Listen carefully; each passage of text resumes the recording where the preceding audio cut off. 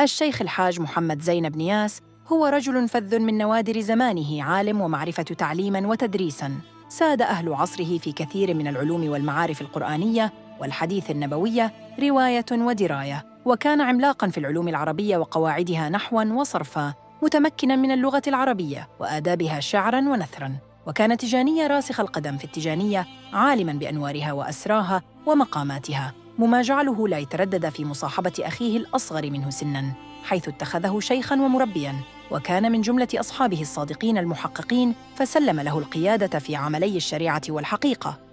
فلم تحجبه مزاياه المتعددة عن إتباع الشيخ إبراهيم نياس. ومن وفقه الله إلى الخير يسر له سبيل سلوكه رضي الله عنه.